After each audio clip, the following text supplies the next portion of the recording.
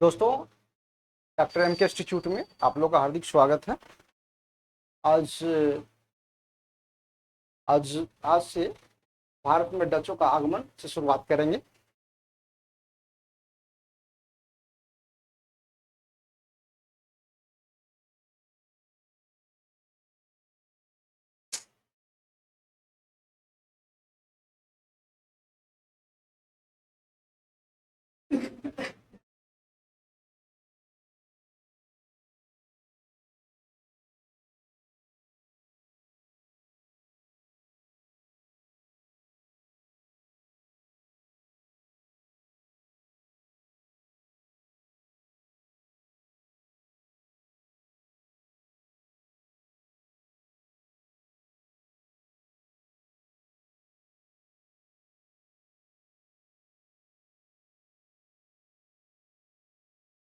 भारत में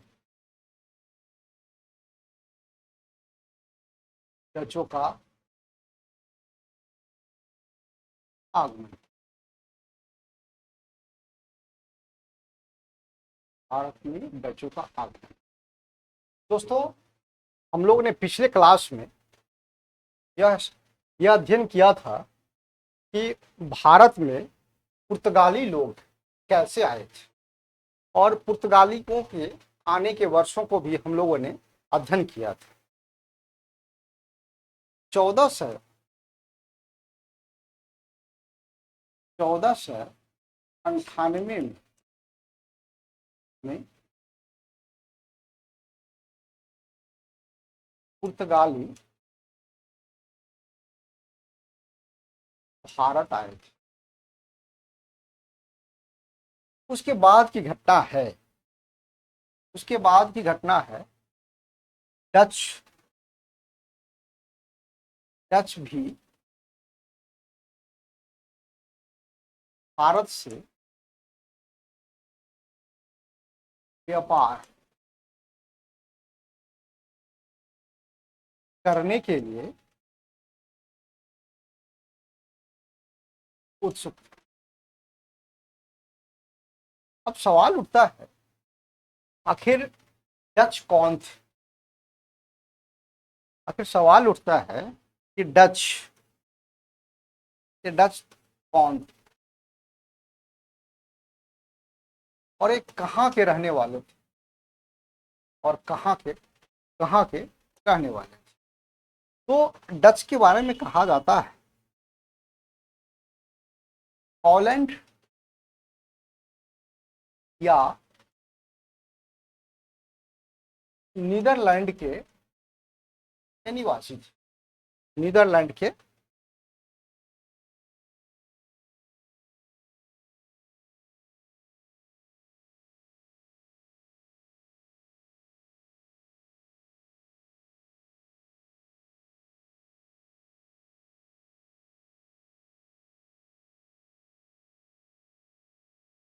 नीदरलैंड के निवासी थे। अब हॉलैंड और नीदरलैंड की राजधानी, इसकी जो राजधानी है एम्स्टर्डम।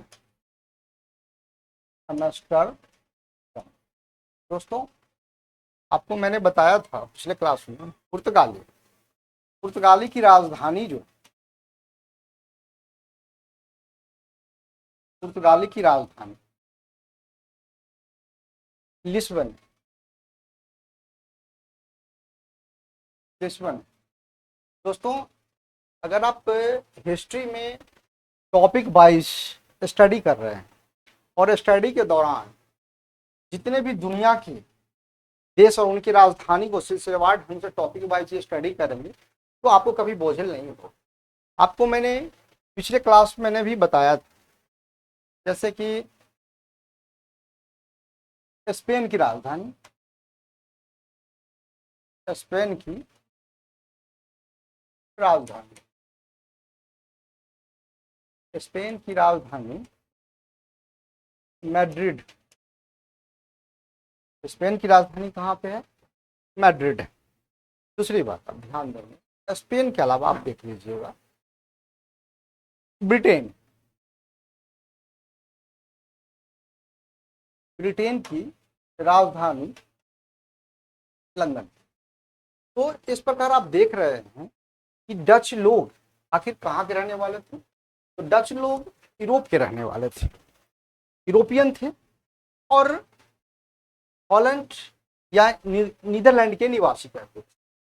अब घटना है 1581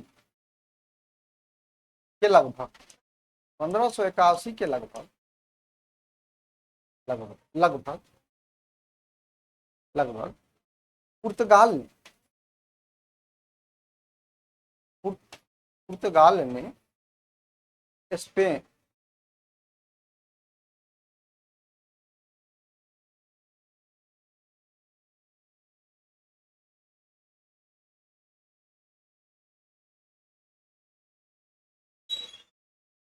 स्पेन ने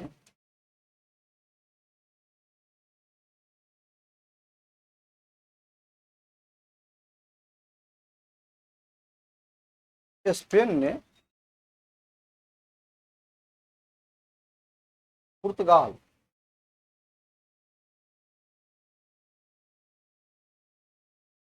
और नीदरलैंड नीदरलैंड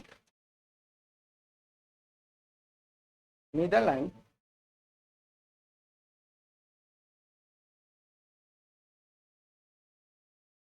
नीदरलैंड को अपने अधिकार में ले लिया। दोस्तों, हमने यह देखा है कि 1581 के लगभग की घटना है। स्पेन ने पुर्तगाल और नीदरलैंड को अधिकार कर लिया। लेकिन आगे चलकर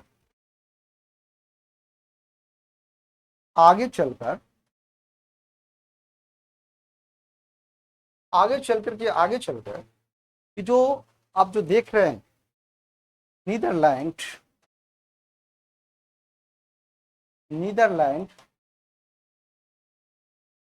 स्पेन से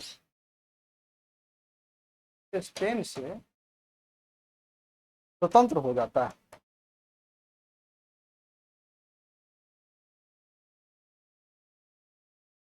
अब आज की घटना जो हम देख रहे हैं, जब स्वतंत्र स्पेन स्पेन से नीदरलैंड जब स्वतंत्र हो जाता है, जब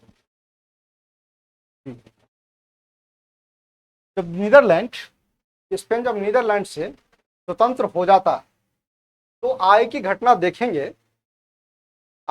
देखेंगे कि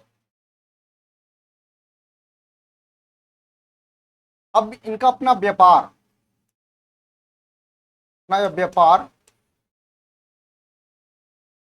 करना प्रारंभ करेंगे। तो व्यापार प्रारंभ किन से करेंगे? तो प्रारंभिक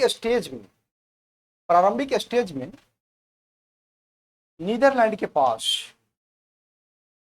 पूंजी का अभाव था।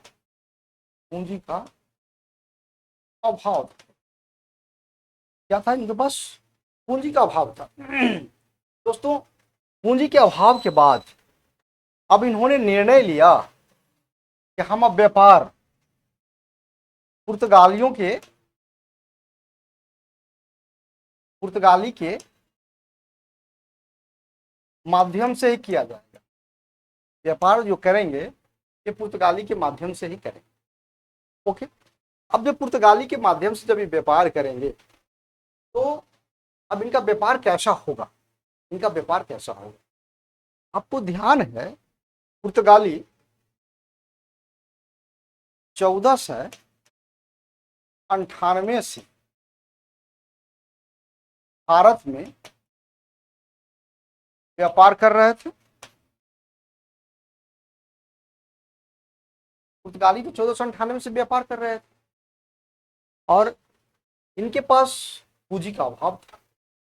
तो सवाल उठता है, ये व्यापार कैसे करेंगे? तो नीदरलैंड के पास प्राकृतिक रूप से एक बंदरगाह, वो काफी व्यस्त बंदरगाह है।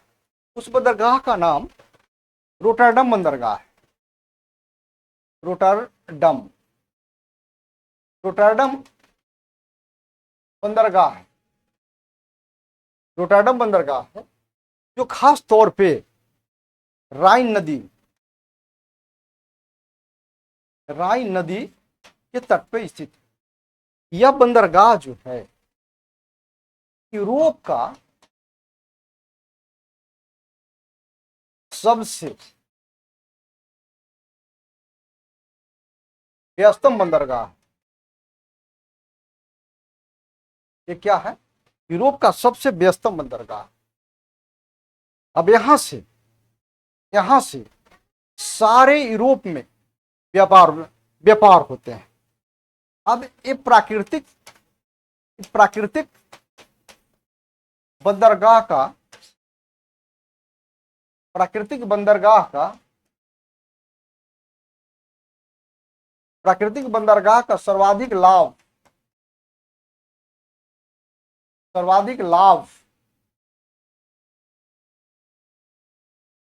नीदरलैंड उठाना चाह रहे हैं। अब नीदरलैंड स्वतंत्रता के बाद नीदरलैंड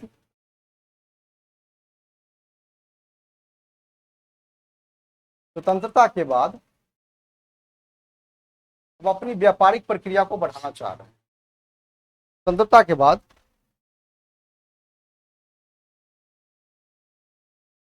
व्यापारिक प्रक्रिया को अब बढ़ाना चाह रहे हैं। दोस्तों, आपको यह ध्यान होगा कि ये जो साहब हैं जो नीदरलैंड के व्यापारी हैं, अब नीदरलैंड के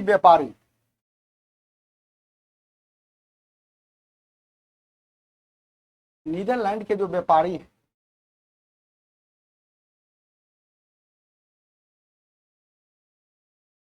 नीदरलैंड या हॉलैंड की व्यापारी अब व्यापार करना प्रारंभ कर रहे हैं। तो इनका व्यापार पुर्तगालियों से करते हैं, तो पुर्तगाली से व्यापार कैसे करते हैं, हमको इस पे भी ध्यान दें। तो आपको ध्यान होगा पुर्तगाली से इनका व्यापार करने का तरीका क्या है। पुर्तगाली लोग खास तौर पे भारत से व्यापार करते थे। तो भारत से इनका जो व्यापार था, भारत से इनका व्यापार मसाला एवं जड़ी बूटी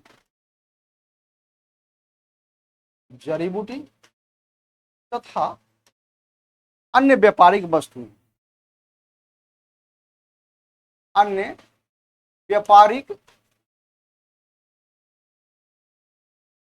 व्यापारिक वस्तुएं ये क्या करते थे, व्यापार करते थे इनसे। तो खास तौर पे नीदरलैंड्स, दोस्तों नीदरलैंड्स इनका तो व्यापार काफी तेजी से चल रहा था, व्यापार में इनको कोई परेशानी नहीं थी। अब आय की घटना क्या है?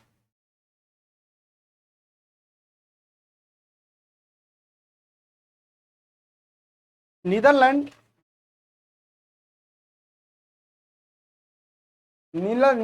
के व्यापारियों ने निर्णय किया कि पुर्तगाली से ही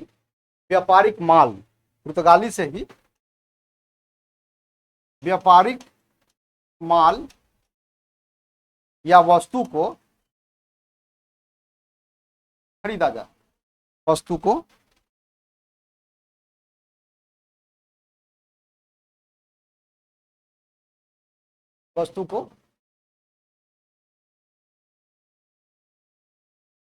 खरीदा जाए।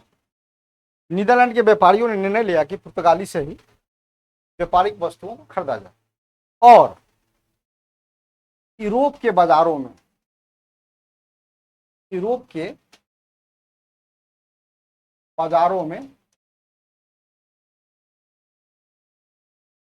के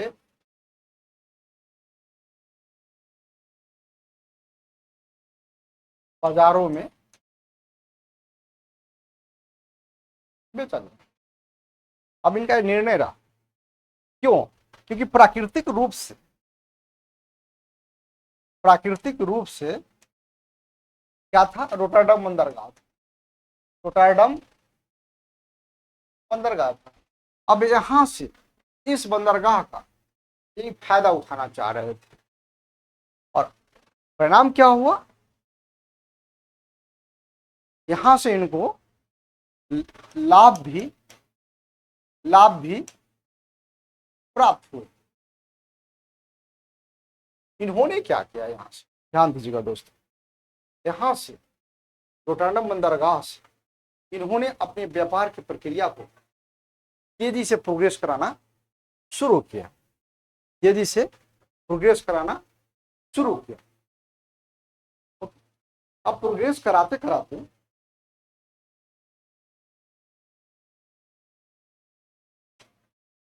व्यापार से हुए लाभ को व्यापार से हुए लाभ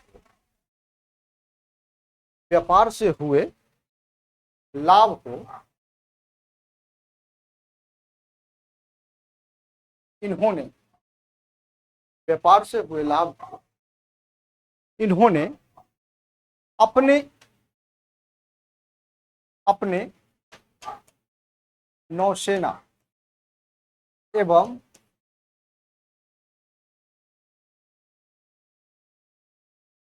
जलपोत के निर्माण में खर्च किए। क्या किए? इन्होंने अपने नौसेना एवं जलपोत को निर्माण में खर्च किया।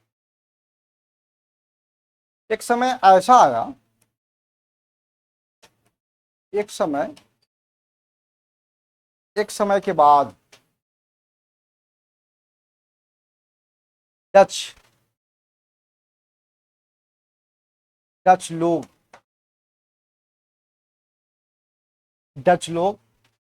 अपनी स्थिति को अपनी व्यापारिक एवं नौसैनिक स्थिति को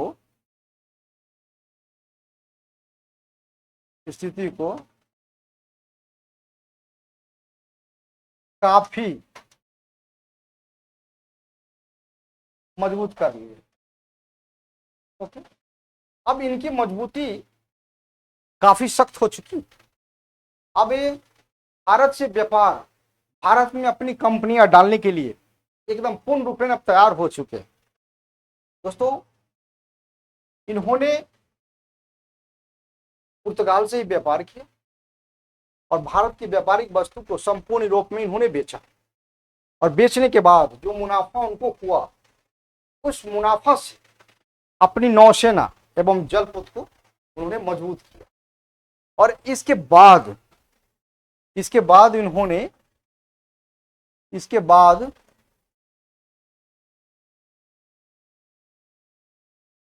भारत से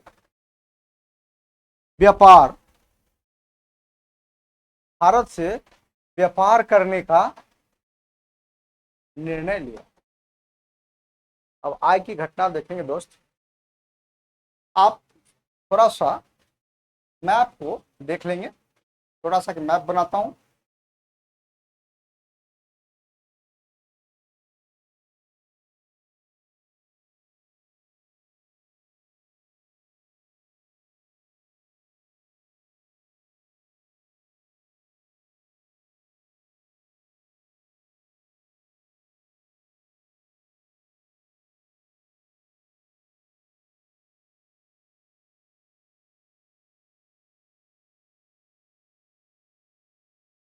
दोस्तों,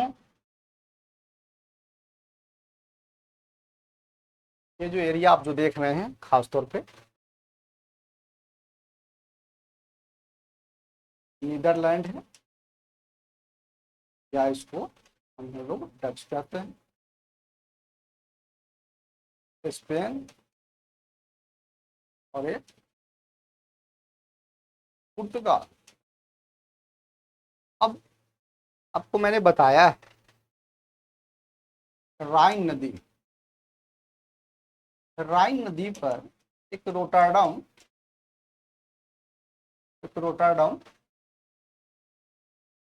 बंदरगाह। अब इस बंदरगाह के माध्यम से डच व्यापारी इस संपूर्ण यूरोप पे भारतीय भारतीय व्यापारिक माल को भारतीय व्यापारिक माल को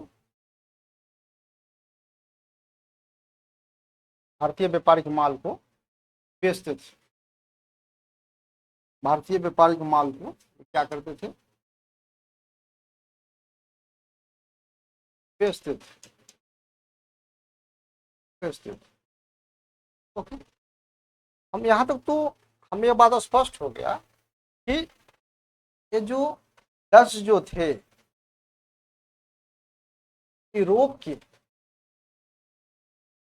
के बाजार पर यूरोप के बाजार पर अपना क्या कर लिए थे? नियंत्रण स्थापित कर चुके थे। अब नियंत्रण स्थापित कर चुके थे। इसके अलावा ये जो नीदरलैंड के जो व्यापारी थे अपनी नौसैनिक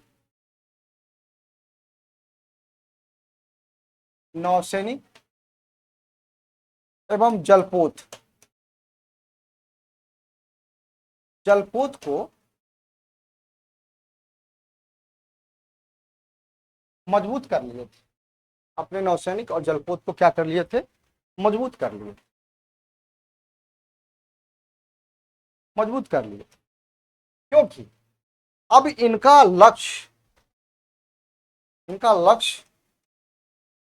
भारत। इनका लक्ष्य क्या था? भारत। अब यहां से जो डच व्यापारी हैं, अब जो है डच व्यापारी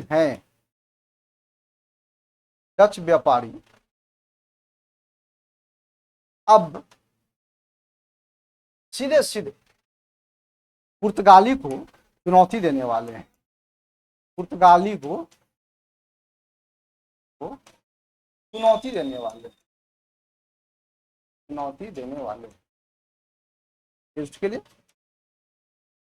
अब ध्यान देना, अब पुर्तगाली को लोग तो क्या करेंगे? चुनौती देंगे। अब इसके लिए इन्होंने क्या किया है? अपनी नौसेना को और जलपोत को काफी मजबूत कर लिए हैं, जिसका फायदा इनको अब भारतीय व्यापार में मिलने वाला है। तो दोस्तों, भारतीय व्यापार में इनको फायदा कैसे मिलेगा, अब इसको देखना है।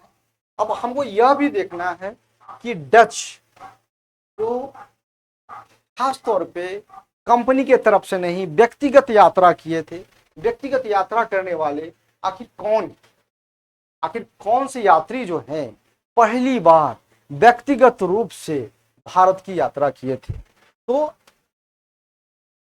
पहली बार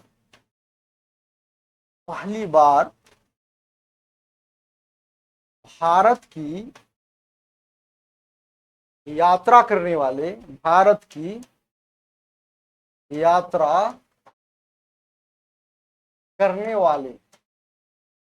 डच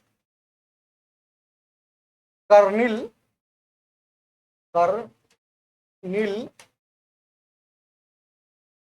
डेस्टमान हैं, जिन्हें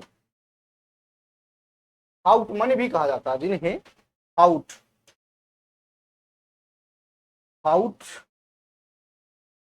हाउटमैन भी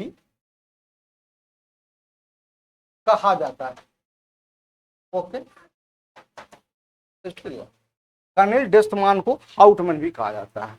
अभी जो कर्नल डेस्टमान जो हैं कर्निश या हाउटमैन कि व्यक्तिगत रूप से, ये सरकार की तरफ से नहीं, व्यक्तिगत रूप से ये भारत की यात्रा किए थे। अब व्यापारिक रूप से या सरकार के प्रतिनिधि मंडल के रूप से भारत आने वाले जो व्यापारी जो लोग जो थे वो कब आए? अब ध्यान देने वाले 1500 नीदरलैंड यहां पे है, यहां से 1595 की घटना है, 95 की घटना है। डचों का एक प्रतिनिधि मंडल, डचों का एक प्रतिनिधि मंडल, डचों का एक प्रतिनिधि मंडल भारत होते हुए, भारत होते हुए इंडोनेशिया, इंडोनेशिया की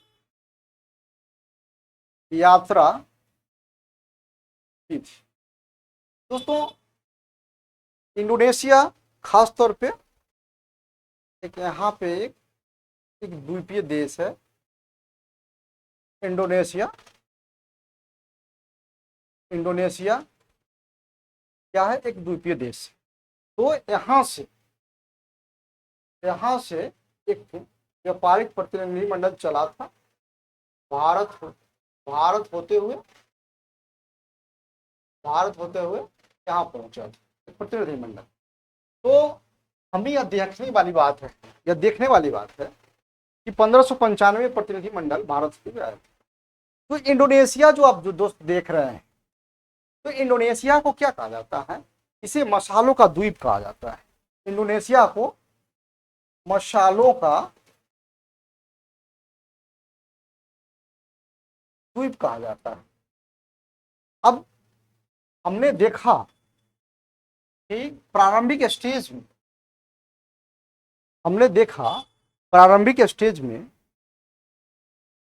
जो डच व्यापारी पुर्तगालियों से व्यापार करते थे और यह पुर्तगालियों से व्यापारिक वस्तुएं जैसे मसाला, चोरा एवं अन्य व्यापारिक वस्तुएं, वस्त्र का माल परचेस कहां से करते थे? पुर्तगाल से करते थे।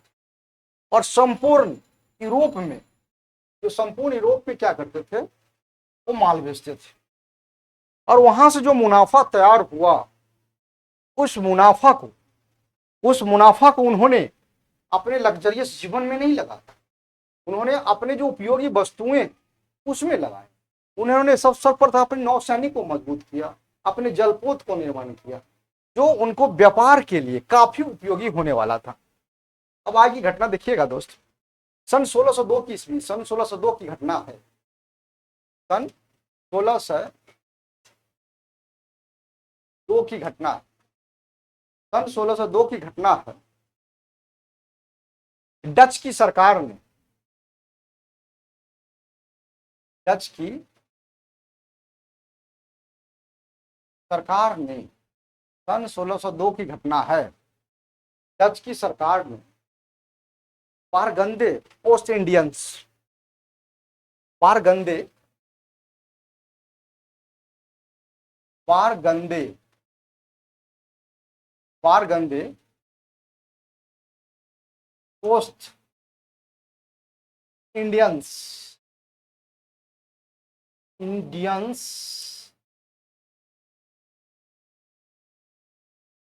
कंपनी की स्थापना की। सन 1602 की घटना। अब इस कंपनी को यूनाइटेड यूनाइटेड ईस्ट इंडिया, इसे यूनाइटेड ईस्ट इंडिया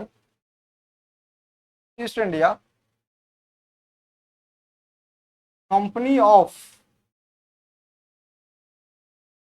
नीदरलैंड्स कहा जाता है। ये जो 1602 में डच सरकार ने क्या किया, बारगंडे ओस्ट इंडिया कंपनी की स्थापना की और इसे United East India Company of Netherland भी कहा जाता है। अब आज की घटना में है दोस्तों कि यह कंपनी की तो स्थापना हो गई। अब इस कंपनी की स्थापना के बाद अब आगे की घटना देखना है।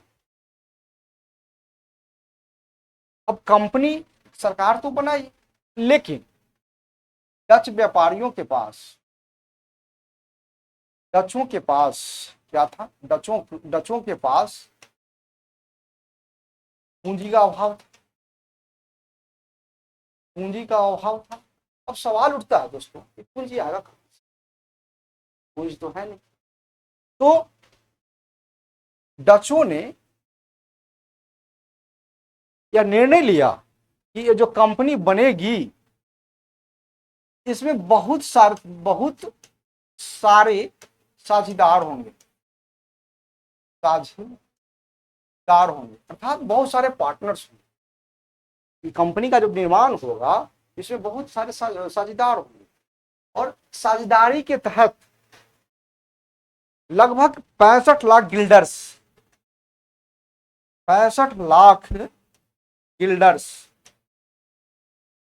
65 लाख गिल्डर्स का अभिप्राय क्या होगा, जैसे हम लोग क्या रुपया बोलते हैं, मनी बोलते हैं, वहां उस समय में डच में रुपया को, करेंसी को गिल्डर कहा जाता था। तो 65 लाख गिल्डर्स का उन्होंने इंतजाम किया, गिल्डर्स का इंतजाम किया। इसके बाद अब उन्होंने अपने व्यापार के लिए भारत की ओर रुख किया। अब इनका ये जो कंपनी है, इस कंपनी का मुख्य लक्ष्य, इसका लक्ष्य था पूरब के देशों के साथ, पूरब के देशों के साथ व्यापार करना। इसका लक्ष्य क्या था, पूरब के देशों के साथ व्यापार करना। ओके, जो कंपनी जो आप देख रहे हैं, इनका मेन उद्देश्य क्या था, पूरब के देशों के साथ व्यापार करना। अब पूरब के देशों के साथ व्यापार करने के लिए बारगंडे कंपनी ने 21 वर्षों तक व्यापार करने की अनुमति प्रदान की। कहा कि आप 21 वर्षों तक यहां पर आप व्यापार कर सकते हैं, लेकिन ये डच कंपनी जो बारगंडे ईस्ट इंडिया कंपनी है, वह सरकार के सामने भी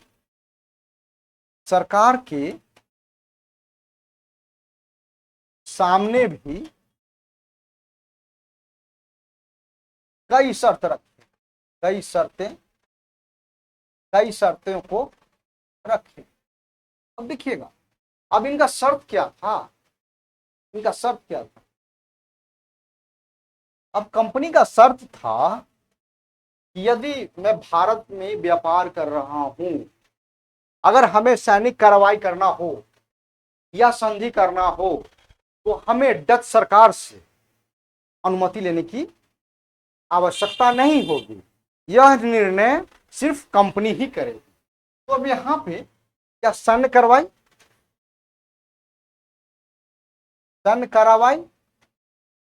का निर्णय कंपनी लेगी और संधि का निर्णय भी कंपनी लेगी। इस प्रकार इन सभी शर्तों के आधार पर जो डच कंपनियां हैं वो भारत की ओर व्यापार के लिए अग्रसर हो। अब आय की घटना हम देखते हैं। सन 1602 की घटना है दोस्तों, सन 1602 की घटना है, अभी हिस्ट्री पढ़ते हैं तो घटना ही पढ़ेंगे, प्रशासित तो पढ़ेंगे ही नहीं। अब एक जगह है क्वांटम, एक जगह कहाँ है क्वांटम, ये जगह है इंडोनेशिया। इंडोनेशिया में एक क्वांटम नामक जगह है। अब देखिएगा इस जगह पर पुर्तगालियों का पुर्तगालियों का पुर्तगालियों का अधिकार। ओके, अब पहले से तो पुर्तगालियों का अधिकार था, लेकिन अपनी नौसेना को, अपनी नौसेना की मजबूती का लाभ उठाते हुए डचों ने डचों ने इस स्थान से इस स्थान से पुर्तगालियों को खदेड़ दिया। पुर्तगालियों को क्या कर दिया, खदेड़ दिया। और ये जो क्वांटम जगह है इस पे इन्होंने अपना अधिकार कर लिया, खदेड़ दिया। क्वांटम पर अधिकार हो गया। दोस्तों आपने देखा जिसमें साहस है वो कुछ भी कर सकता है। देखिए स्पेन का गुलाम कौन था, नीदरलैंड था।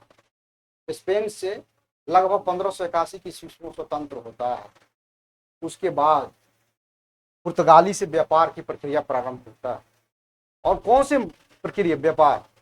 पुर्तगाल लोग जो भारत से मसाला लाते थे, सोरा लाते थे और वस्त्र लाते थे, उस व्यापार को कम मार्जिन पे, कम मुनाफे पे सारे यूरोप में बेचा। और सबसे पहले उसने यूरोप के व्यापार पर, बाजार पे कब्जा कर लिया। और बाजार पे कब्जा करने के बाद वहां से मुनाफा कमाया। और उसी मुनाफा का उन्होंने अपने सैनिकों की, अपने नौसैनिकों की मजबूती, जलपोत की मजबूती में उन्होंने खर्च किया। परिणाम क्या निकला, उनकी उनकी ताकत बढ़ गई। और आने वाले टाइम में आप रिजल्ट देख रहे हैं। क्वांटम एक जगह है इंडोनेशिया में, वहां पे किसका अधिकार था, पुर्तगालियों का अधिकार था। वहां से इन लोगों ने खदेड़ दिया। एक और है इंडोनेशिया में ही जगह है, उसका नाम है अम्बियाना। अम्बियाना अम्बियाना एक जगह है, तो जगह का नाम इंडोनेशिया में है दोस्त, इंडोनेशिया में भी। अब ध्यान दीजिएगा, अब अम्बियाना को इन्होंने क्या, अम्बियाना पे भी पुर्तगालियों का अधिकार था। यहां पर भी दोस्तों, यहां पर भी पुर्तगालियों का अधिकार था। यहां पर भी पुर्तगालियों का अधिकार था। यहां से भी पुर्तगालियों को बाहर कर दिया और डचों का अधिकार हो गया। पुर्तगालियों का अधिकार था, यहां से डच ने पुर्तगालियों को भी बाहर कर दिया। अब आते हैं अम्बियाना के जगह इंडोनेशिया में। एक घटना है दोस्तों 1605 की, ये 1605 की घटना है। अब आते हैं, घटना देखते हैं। 1613 की घटना है, 1613 1613 की घटना को थोड़ा देखें दोस्तों। एक जकार्ता जगह, जकार्ता क्या है, एक जकार्ता जगह। ये जकार्ता कहाँ पे है, इंडोनेशिया पे है। जकार्ता कहाँ पे है, इंडोनेशिया पे। अब दो ध्यान दीजिएगा दोस्तों, अब इन्होंने क्या किया, जकार्ता में, इंडोनेशिया इंडोनेशिया पे आक्रमण किया, जकार्ता पर आक्रमण किया और पुर्तगाली को पुर्तगाली को यहां से खदेड़ दिया। अब इनका भी अधिकार जकार्ता द्वीप पे भी हो गया। अब ध्यान देने वाली बात, जकार्ता द्वीप में एक खंडहर था जिसे बिटोविया नामक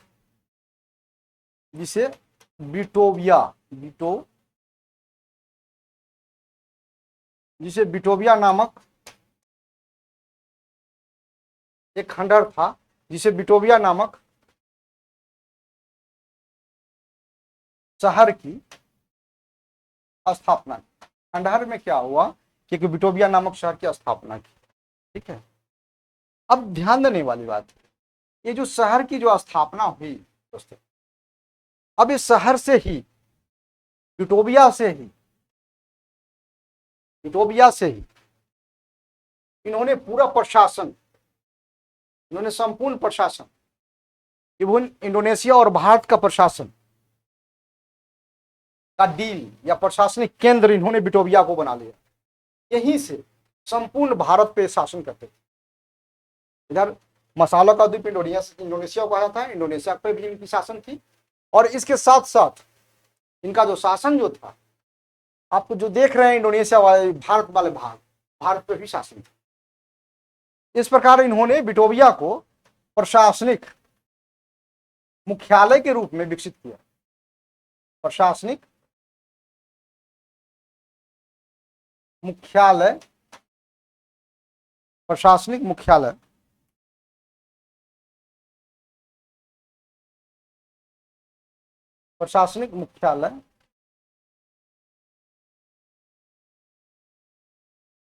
मुख्यालय के रूप में क्या किया, विकसित किया। ओके, आपने बिटोविया को देखा प्रशासनिक मुख्यालय के रूप से विकसित किया। बिटोविया शहर से ही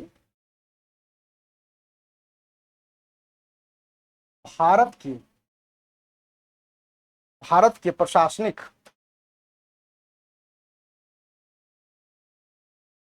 कार्यों को देखा जाता है। ओके, प्रशासनिक कार्यों को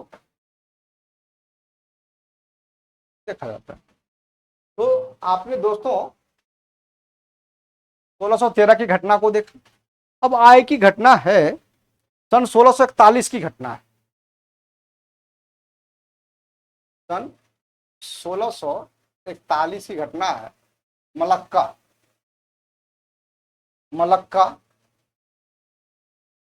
पर अधिकार, मलक्का पर अधिकार। डचों ने जो मलक्का द्वीप थी उस पे भी अधिकार कर लिए, और मलक्का जो द्वीप है, मलक्का जल संधि के रूप में भी जाना जाता है। दोस्तों ये पता होगा, मलक्का जो है, जो मलक्का जो आप देख रहे हैं जल संधि, यहां से इंडोनेशिया, मलेशिया, फिलीपींस,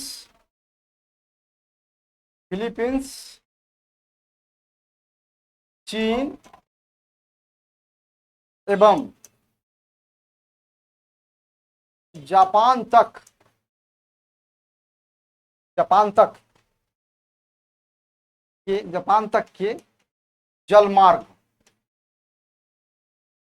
के जलमार्ग, पूर्वी एशिया से समुद्री मार्ग से जो भी व्यापार होते हैं, इंडोनेशिया, मलेशिया, फिलीपींस, चीन एवं जापान के जलमार्ग के द्वारा ही हो पाता है। और खास तौर पे यह व्यापारिक जलमार्ग जो है काफी प्राचीन काल से ही काफी महत्वपूर्ण रहा है। अब देखिएगा सन 1658 में डचों ने क्या किया कि सीलोन, जो आधुनिक रूप से श्रीलंका भी बोली, आधुनिक रूप से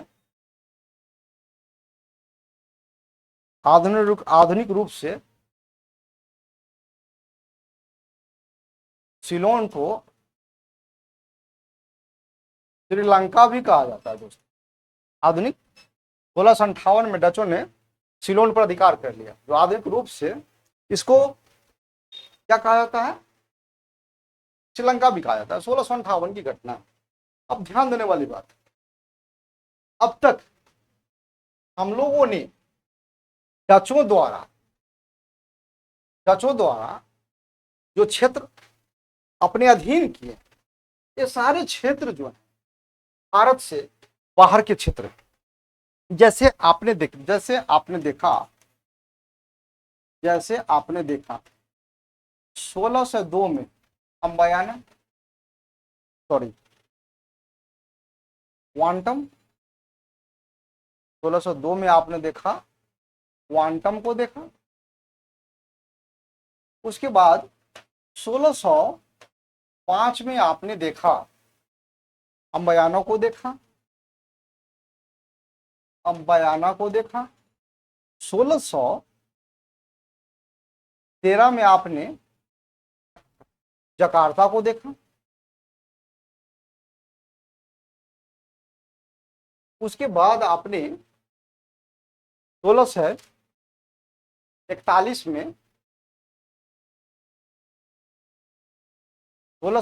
में आपने मलक्का को देखा। 1658 में आपने किसको देखा, सीलोन को देखा, जो श्रीलंका का पार्ट। आपने ये सारे क्षेत्र को देखा। ये सभी क्षेत्रों पर डचों का अधिकार हो गया। ओके, ये जो क्षेत्र दोस्त जो आप देख रहे हैं, यह सभी क्षेत्र भारत से बाहर के क्षेत्र। ये सभी जो क्षेत्र हैं भारत के बाहर के क्षेत्र हैं, भारत के बाहर के क्षेत्र। ओके, आपने इसको जो देखा क्वांटम, अम्बायाना, जकार्ता, मलाक्का, ये सब भारत के बाहर के क्षेत्र। अब सवाल उठता है कि इसके बाद, ये तो भारत के बाहर के क्षेत्र हैं, अब इसके साथ साथ उन्होंने भारतीय क्षेत्र पे भी अधिकार स्थापित किया और उन क्षेत्रों से सूती वस्त्र, रेशमी वस्त्र, सोरा, मशाले इत्यादि का व्यापार अपने देश यूरोप के लिए करते रहे, अपने देश नीदरलैंड के लिए करते रहे, हॉलैंड के लिए करते रहे। ओके, तो अब थोड़ा सा अब हम देखेंगे भारत के अंतर्गत, भारत में डचों द्वारा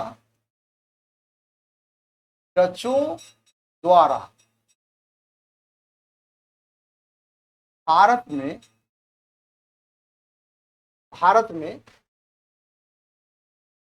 विकसित किए गए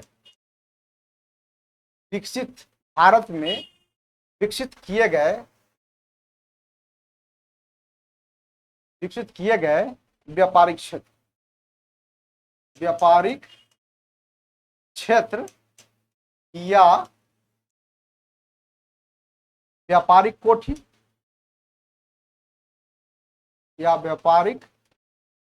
कोठी या फैक्ट्री। हम अब इस पे फोकस करेंगे।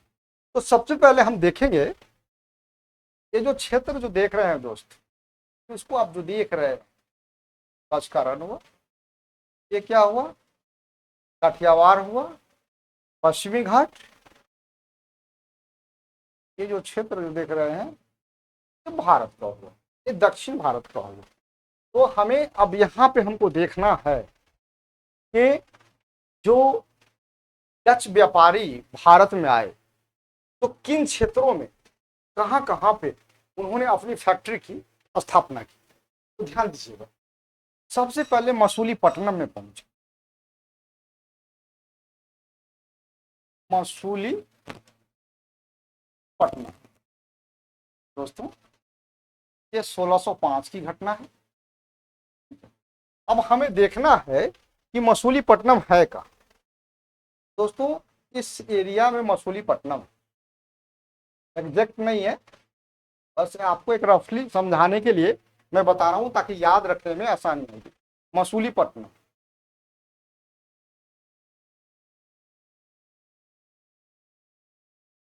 मसूलीपट्टनम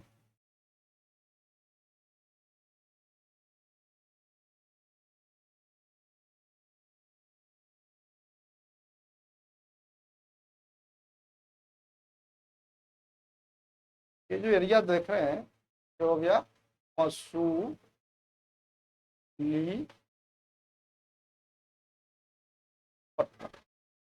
दोस्तों, ये जो बना है 1605 में, 1605 में मसूलीपट्टनम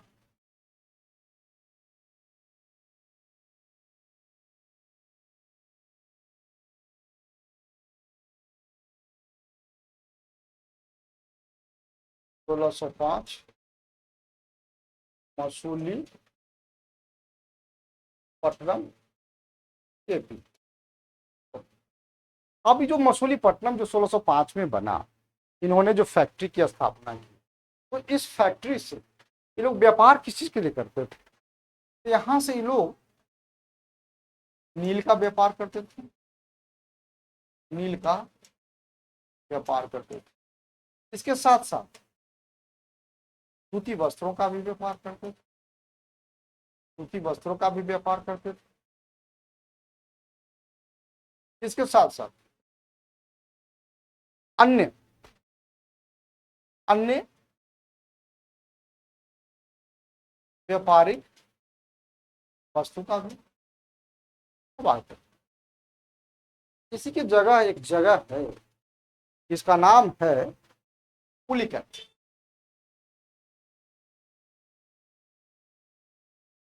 पुलिकट 1610। जो पुलिकट जो आप देख रहे हैं दोस्तों, इसकी स्थापना सन 1610 में की गई। पुलिकट की स्थापना 1610 में की गई। पुलिकट आंध्र प्रदेश में है। पुलिकट कहां पे है? आंध्र प्रदेश में है।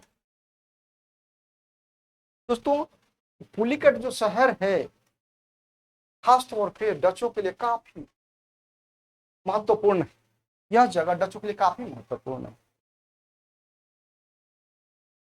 महत्वपूर्ण क्योंकि यह मुख्य मुख्य व्यापारिक क्या है? तो मुख्य व्यापारिक केंद्र।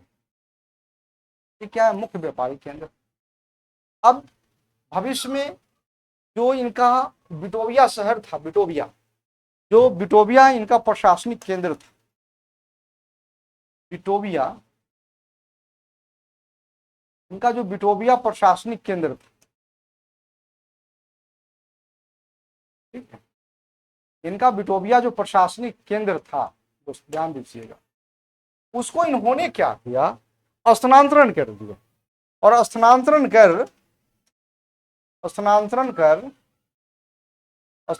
कर पुलिकट ले आए। पुलिकट ले आए। दोस्तों, ये जो पुलिकट जो देख रहे हैं, ये पुलिकट जो है, ये जो पुलिकट जो देख रहे हैं, अब पुलिकट डचों का प्रशासनिक मुख्यालय बन गया। प्रशासनिक, अब ये डचों का प्रशासनिक, डचों का ये प्रशासनिक मुख्यालय बन गया। दोस्तों, डचों का प्रशासनिक क्या हो गया? प्रशासनिक मुख्यालय हो गया। अब डच लोग जो हैं, अब यहीं से संपूर्ण अपने व्यापारिक क्षेत्र में शासन प्रशासन का कार्य करते थे। कहां से? तो पुलिकट से।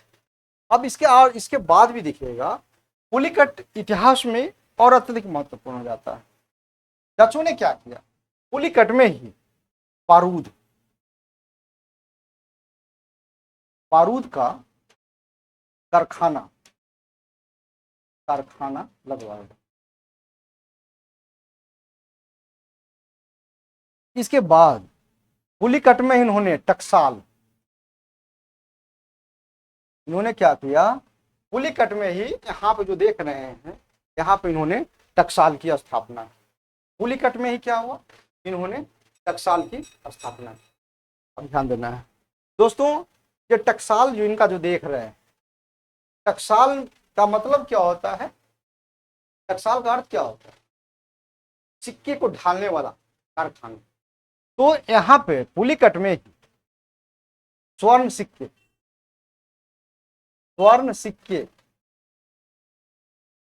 ढाले जाते थे, जिन्हें पगोडा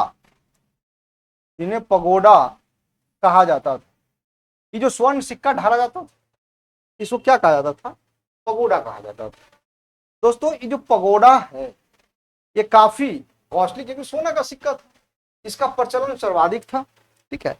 अब जिस वजह से पुलिकट को इतिहास में गोल्डेरिया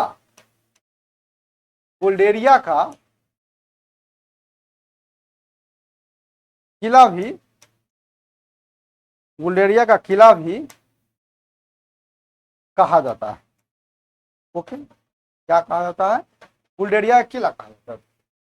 तो हमने यहाँ पे क्या देखा? उनका महत्वपूर्ण जो कारखाने जो थे, फैक्ट्री थे, पुलिकट को मैंने देखा और मसूलीपट्टनम को देखा। अब दोस्तों, अब आगे की घटना देखना है कि इनका तो व्यापारिक जो जगह था मसूलीपट्टनम और पुलिकट, इसके अलावा इनका एक महत्वपूर्ण केंद्र इन्होंने विकसित किया था, जिसका नाम है कासिम बाजार और चीनासूरा। कासिम बाजार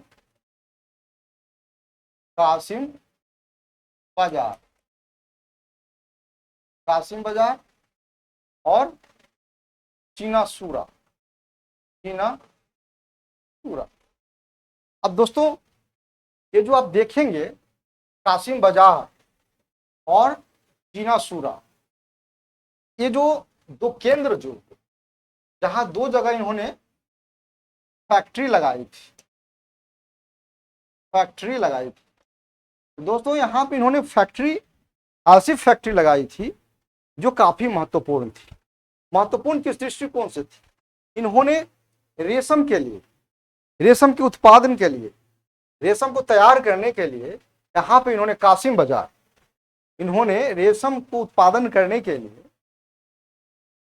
कासिम बाजार में एक रेशम की चक्री लगाई थी।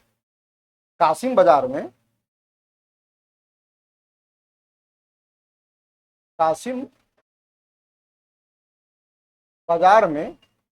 एक रेशम की चक्री लगाई थी। कासिम बाजार एवं चीनासूरा।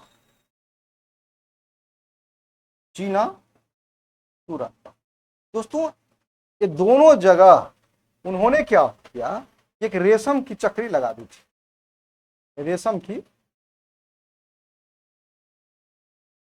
रेशम की चक्री लगा।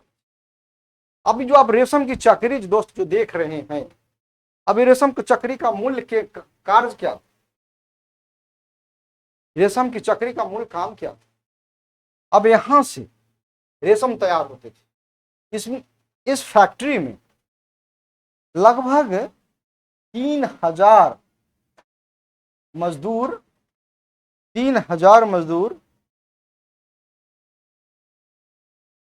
3,000 मजदूर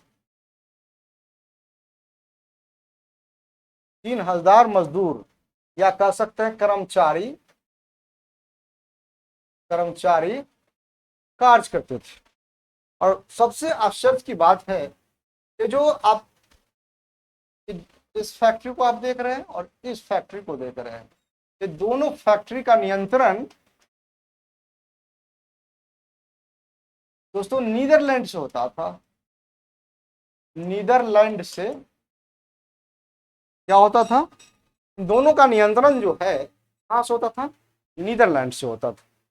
ओके, अब एक जगह है बालासोर, जो बालासोर जो है,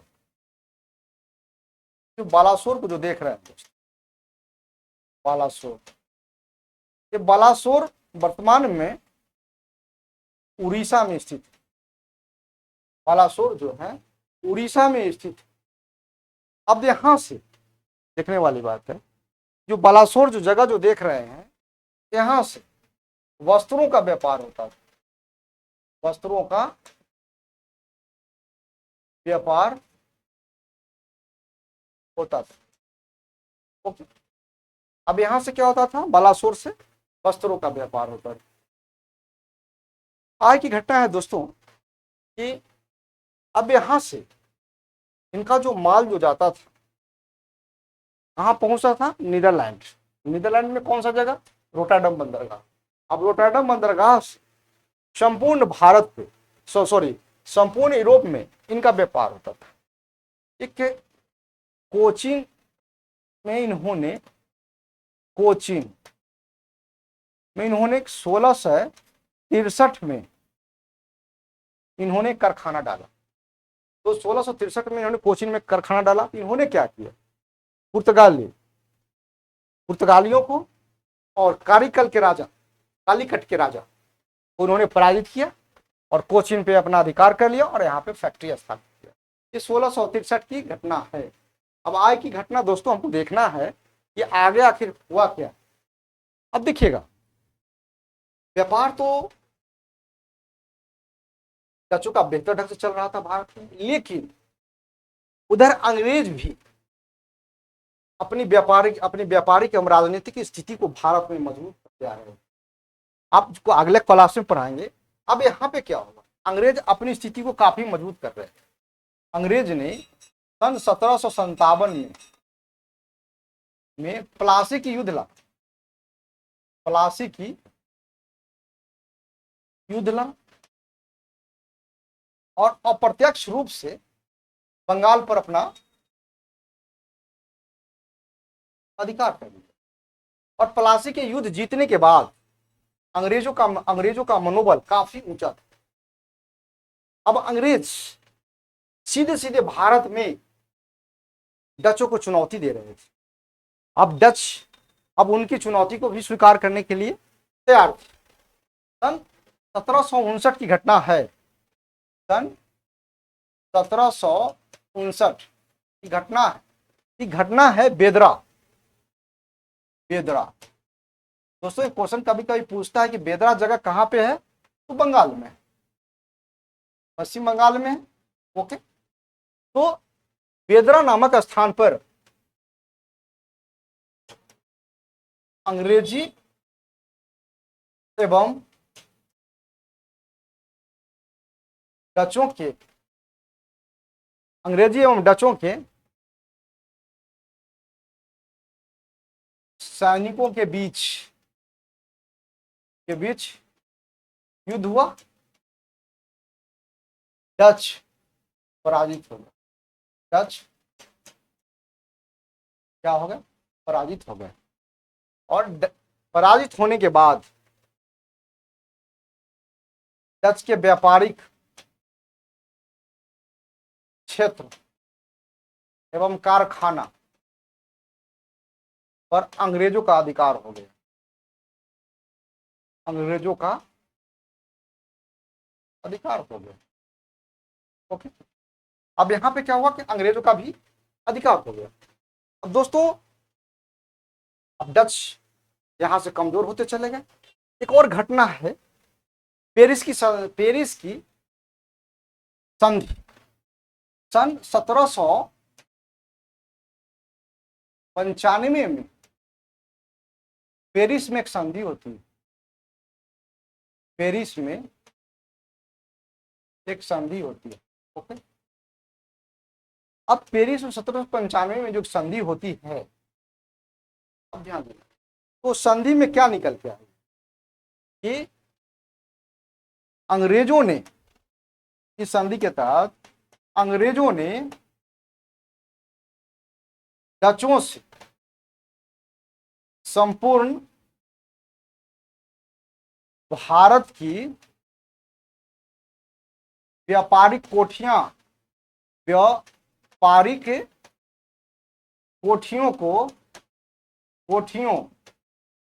या फैक्ट्री को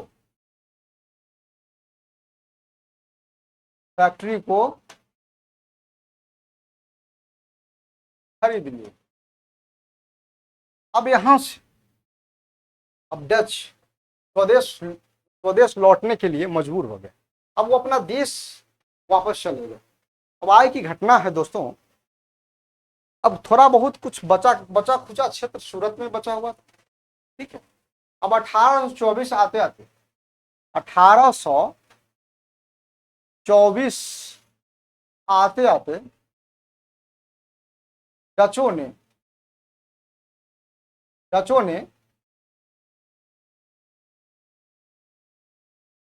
सूरत की फैक्ट्री